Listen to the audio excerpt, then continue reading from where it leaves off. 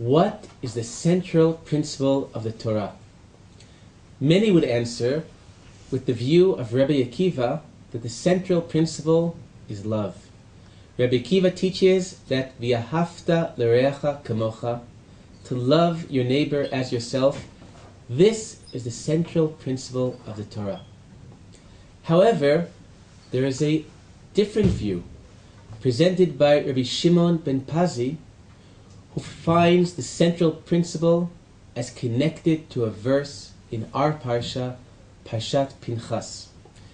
In Hebrew, the verse reads, "Et hakeves echad taseh baboker, v'et hakeves hasheni taseh ben harbayim." And on that verse, Rabbi Shimon says, "Ze klal gadol b'Torah," meaning the verse says that you will offer a sheep in the morning in the temple, and you will offer a second sheep in the afternoon in the temple. This, Rabbi Shimon says, is the central principle of the Torah.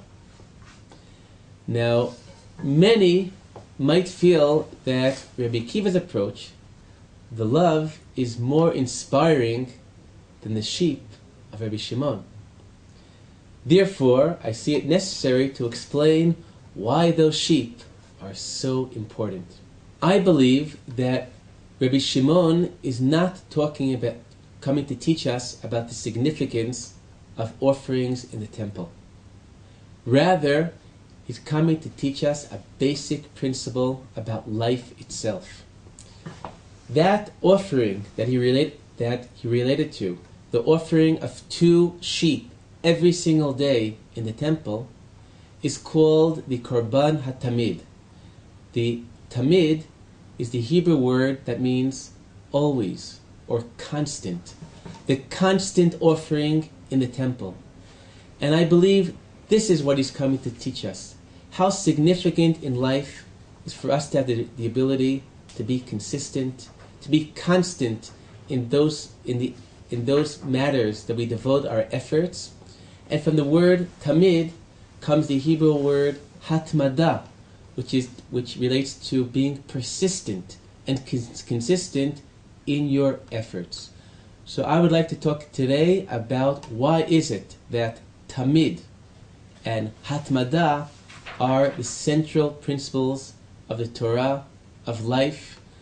And for so many people who are stuck for so many different ways, the remedy for them is to learn all about hatmada. In our times, there is a growing popularity of spirituality. But my impression is that many seek the realm of spirituality to find answers beyond what the material world is able to answer to their needs. Many seek, but very few achieve what they're seeking. And I think one of the major factors in why so few people achieve what they're looking for, it's not necessarily that the approaches they take are problematic, but rather the major problem is their lack of consistency, their lack of hatmada, their lack of tamid. This is what prevents them to getting where they want to be. I had a friend who, for him, meditation was very significant to his life. He was chozer b'tshuva, he came to study in our yeshiva, but he continued to devote time every day for meditation. Now, I saw that there's a retreat for 10 days that all day you focus on that form of meditation, and seeing how much the meditation helped my friend, I asked him advice. Would he recommend me to somehow find a way to go for 10 days and learn the techniques that he uses? But I added, but afterwards when I come back, my life is so busy, I don't have time to spend an hour a day doing what you do. When he heard that, he told me that if I go, you'll have a fascinating experience. But if you're not going to commit yourself to working on this day in, day out, that's all it'll be, a fascinating experience. But to change, and if that's to truly change and become something more than you are, if you're not going to devote yourself to it, it's not going to happen. And then he added that to get to the water, you have to dig deep. And what's the problem with so many people? They dig a little bit here, a little bit there, and then they say, I've tried everything, and I haven't made it to the water. But the reason why they haven't made it to the water is exactly because they've tried everything. And you don't realize the truth, that if you want to get to the water, you have to dig deep. You have to find what is the path that you want to be devoted to, and devote yourself to that path, and that's how you'll get to where you should be going. And this is reminiscent of something I once mentioned from a conversation with Vijayananda, the 92 head of a major ashram in India, that he said that one thing he's learned from life is that there's more than one way to get to the top of the mountain. However, if people switch paths in the middle, or keeps going from path to path, they'll never make it to the top. And therefore you have to find what's your path, and be consistent, and devote to the path based on your tradition, and that's how you will grow and get where you should be going.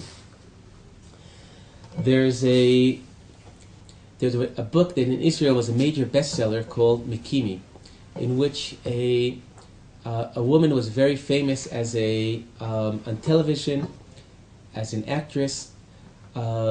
She ultimately was Chozeret B'Tshuva, became a Breslov Chassid, and in her novels she shares the experiences and the process she went through for choosing ultimately the path that she took. And I once heard her discuss, I think not in the context of the book, of what brought her to be Chozer B'Tshuva, feeling that at a young age she achieved everything that the secular world had to offer.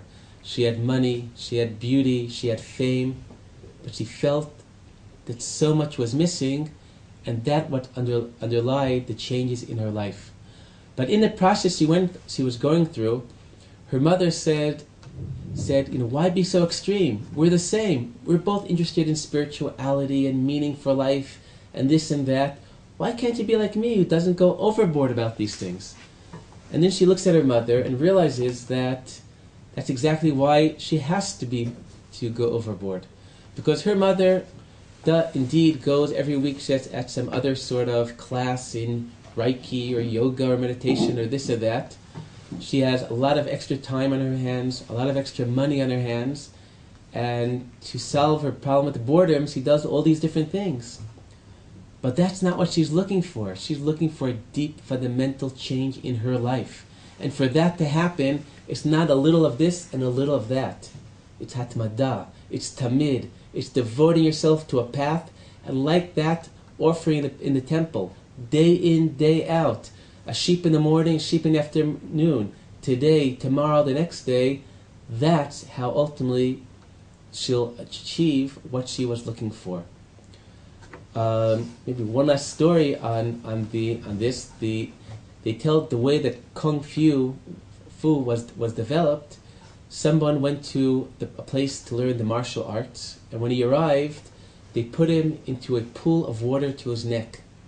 And day in, day out, they told him, take your hands and tread the water. Left hand, right hand, left hand, right hand. He kept doing that, kept waiting for when will they tell him the secrets of the martial arts. After a few months, he decided they're never going to share with him the secrets of the martial arts. So in frustration, he left, he went home, and when his family asked, what did he learn? In frustration, he says, I didn't do anything over there. The whole day, I just took my arms, right hand here, left hand like this. And when his right hand hit the table smattered into thousands of pieces. So sometimes doing the little things in life, but being consistent in them, ultimately could lead to big changes in life. But this is so hard. There's a statement that Rabbi Nachman of Breslov often quotes, that of the Mechilta, that Kol Hatchalot Kashot, all the beginnings are hard. But I've had students that pointed out that the opposite is also true. All the beginnings are easy. It's often easy to begin. It's persevering. That's what's difficult.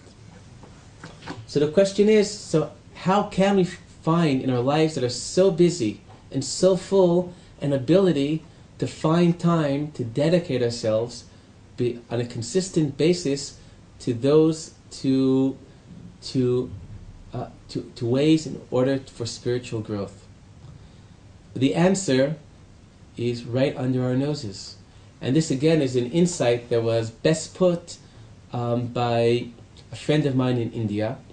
When I was in Dharmasala, I was with Yaron, who told me that the coming Shabbat would be the first Shabbat that he decided that he's going to keep it from beginning to end. Yaron was an Israeli who spent many years in many monasteries of different religions, but then thank God he started coming back to Judaism, and I was with him that special Shabbat that he said this Shabbat he wants to keep it till all the way through. But during the morning, there were already some cracks were developing. When he asked me, is it true that the reason why you shouldn't play musical instruments on Shabbos is because if they break down, maybe you'll come to fix them? And from the question, I realized that if that's the reason, he's already Yaron will decide that you could keep full Shabbos and play musical instruments because by me, I'm not going to fix anything on Shabbat. So for me, that's not connected to Shabbat. But then I explained to him that so many of the laws of Shabbat, beyond some of the technical reasons, they're more deep-rooted reasons about how these different laws create a special atmosphere. How all the things that we don't do on Shabbat, the non-doing, how it leads to the being, and what that special atmosphere is all about. When hearing that, he said, wow, it's like going on a Shabbos, it's like every single week you're on a weekly retreat to do Vipassana.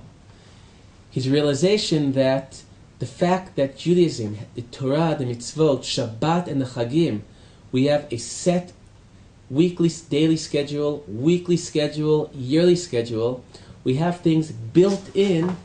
This allows us for a constant path of growth in serving God, in spiritual growth. Again, it's so hard if we had to find time to devote ourselves for 25 hours for a very strict regime of spirituality.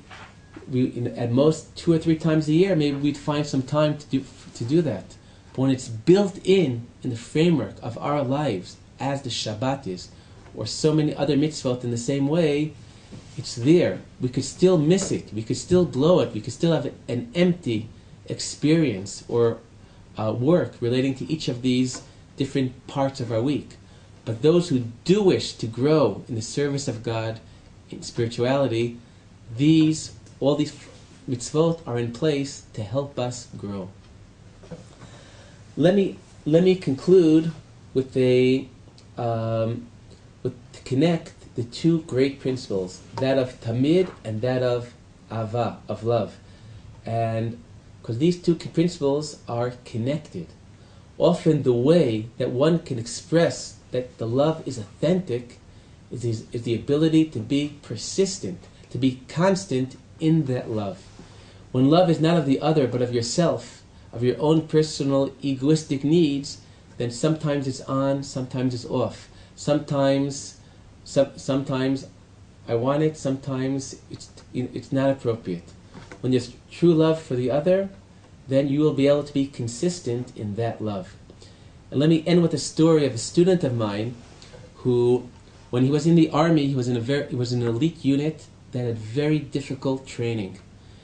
And one day he called me telling me how troubled he felt that at the end of the day, when he comes back exhausted from the training, he prays tefillat arvit. But he says, but it's so hard to have any kavanah. It's so hard for me to put my heart into the words because I'm so tired. But then I try to help him see the power of his prayer. That maybe he doesn't put his heart into the particular meaning of each of the words. But that very fact, the Talmud teaches us that prayer is a parallel or replacement for the Korban Tamid that was in the Beit HaMikdash that we no longer have. And his decision, day in, day out, even when he's exhausted, even when all he wants to do is to go into bed and go to sleep, nevertheless, he's continuous in his commitment, his tamid, and makes that decision to stand up and pray to God. That in itself is a powerful expression of his loyalty, devotion, and love of God. Shabbat Shalom.